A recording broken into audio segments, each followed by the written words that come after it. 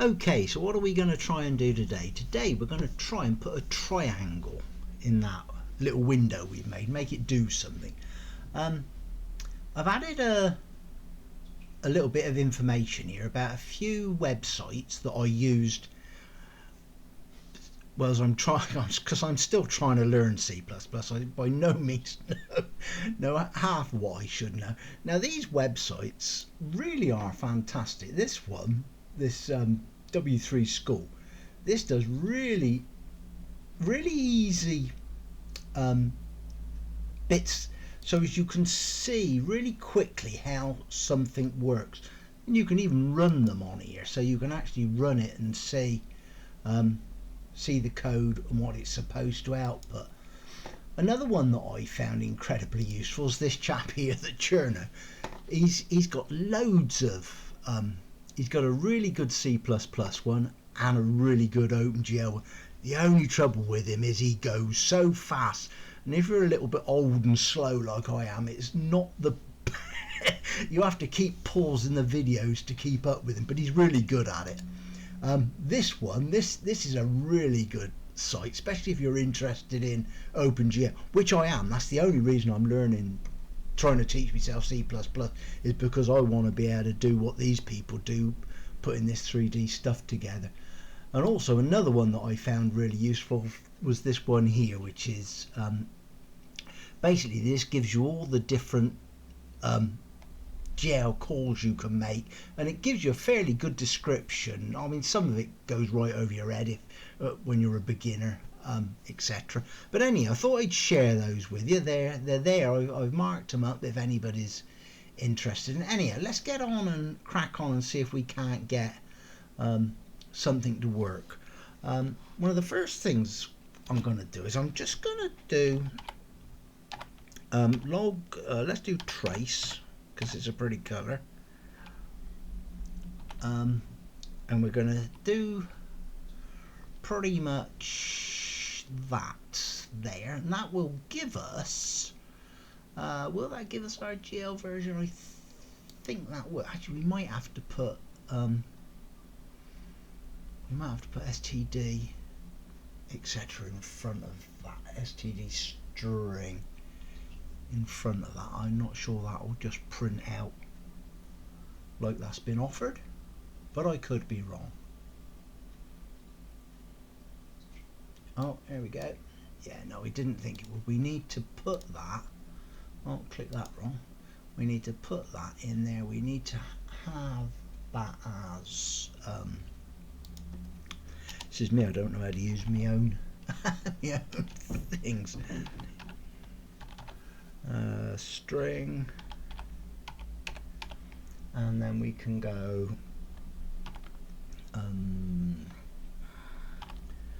const jar. We're going to have to talk about them stars eventually, because they're really important, and then at the end of this we can then just add another one of them, and that should work, because we're now telling it to, we want it to print out as a string, so as we get the version, the GL get string version number. There we go. So the version on this machine is version 4.6, so I can use that. It's not going to be useful today, but when we start doing shaders and stuff, that one line of code and what it prints out will be useful. Anyhow, the next bit we're going to do, we're going to try and get a triangle on screen. So what do we need for a triangle? Well, the first thing we need is GL int. No, we want GLU in actually.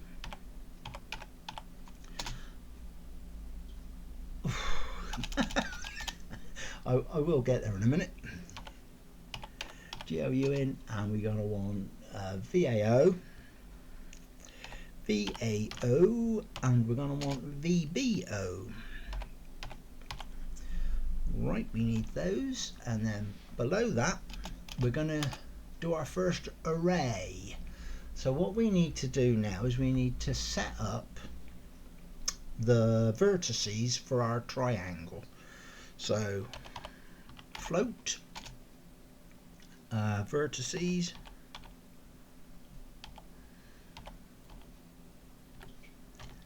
and then we do that, and basically we don't need those on the end of it at the moment, so Alt and drag, remove them.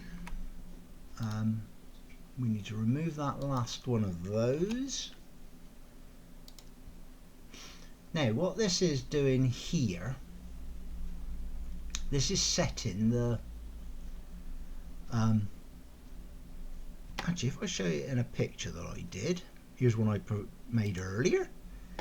This is setting where those points are. So you have to think of the screen as a giant grid, and in the center of the grid we're going to position our triangle.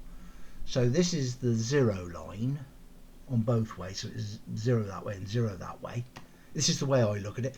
If you go onto that OpenGL site, he's got a much more in-depth explanation of how this works.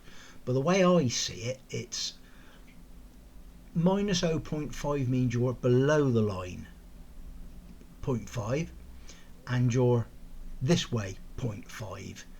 This is a plus 0.5, but also a minus 0.5, and then this is plus 0.5 and then obviously you're on the minus line in the middle. So you've got one, actually it's right-handed coordinates, I think they do it, so I think it goes 1, 2, 3 like that or something. I think that's the way it goes round. Anyhow, like I say, if you go on the OpenGL site, he does a much more clear I'm clicking everything except what I want to click. Story of my life. Anyhow, so that's that. So we set that up, and these are all now added to this float array, which is a vertices. You can put a number in there if you want to say there's 6 of them, but you don't need to. It's not something you need to. And then what we need to do now is GL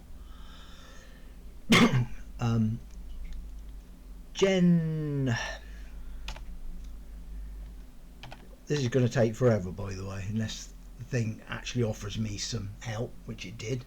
So generate vertex arrays 1, and then we're not going to do that. We're going to GL bind vertex text array VAO, and then we're going to generate the buffer. So it's GL gem buffer vertex buffer object, and the VAO vertex array object. We'll just separate them to keep it a little bit clearer. So we've got those, and then we need to do GL bind. That's right, that's correct what it said. I'm glad it does this, because like I say, my typing skills are so slow. If I had to type every single, which I did when I very first started learning, that's correct as well. So what we're doing here is we're adding the vertices to the buffer data there, and then the next one down we go to will be GL vertex attrib pointer, which is what it's given us, and do that, and then it runs across there. This thing's complicated to what that means. Enable vertex attribute 0, that's basically clearing this one, so it's once you've gone through it, then clears this one back to 0, and then we need to do 2 more. Oh, running out of space, we need to do GL bind buffers. We need to clear the GL bind buffers.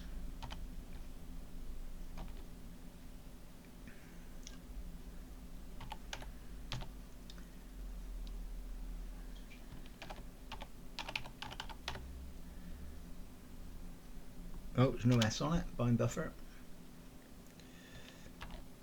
And then we simply do GL array buffer.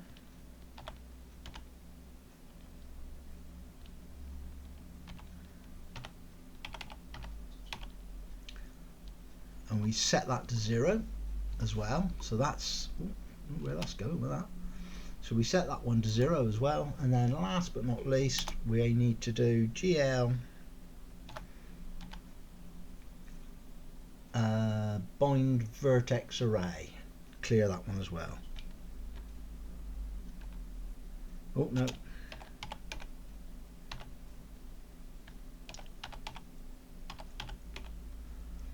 So we set that to 0 as well. Now this one here, which is one of the ones that give me the most trouble when I first started learning, this basically is the layout for this here. So it's telling it what the layout is. So we're going to start at index 0. So this is the first one, index 0. There's 2 of them, so we're moving to there. And then these 2, I haven't got a clue what they do, but they need to be GL float and GL force.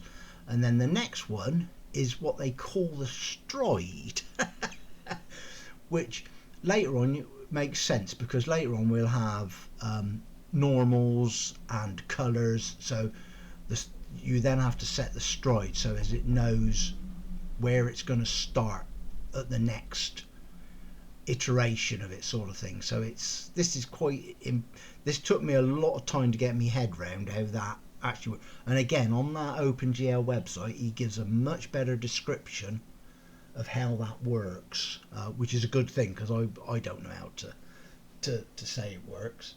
And then the only thing we should need to do now is to draw the triangle. So basically, we come into here, under here, somewhere like this, we need to bind the vertex array again. So GL bind. I knew this was going to be a too longer video. Vertex array, VAO, like so. And then we basically do GL draw arrays, triangles. And last but not least, we need to unbind them. So there.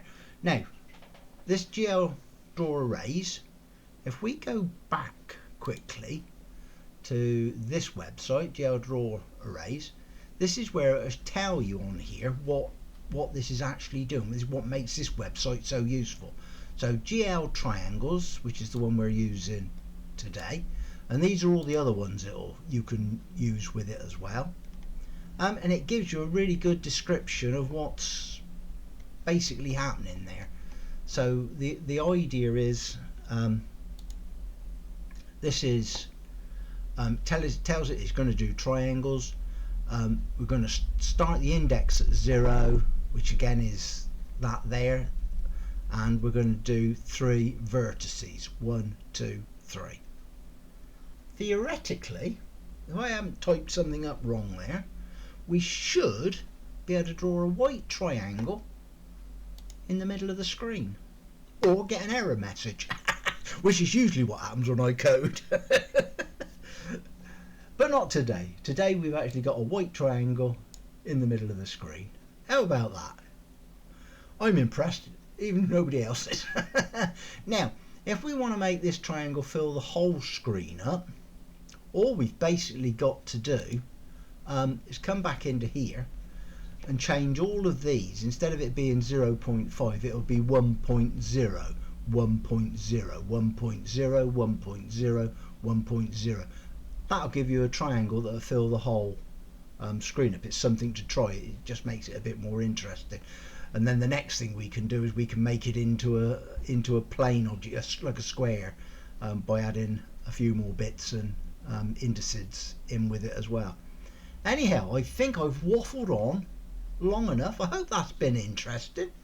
I know I'm not learning C++ in the correct way. The correct way to learn C++ is to sit down with one of the tutorials and go from, 0 right the way through the whole. But I lose interest and I want to be making something, so that's why I do it this way. I mean, I do watch these people's videos, and I've learned an awful lot, especially from the Cherno. I mean, and I use that 3 school all the time, even now, because I don't think you ever completely learn C++. Anyhow, enough waffling for today. Thanks for watching if you did.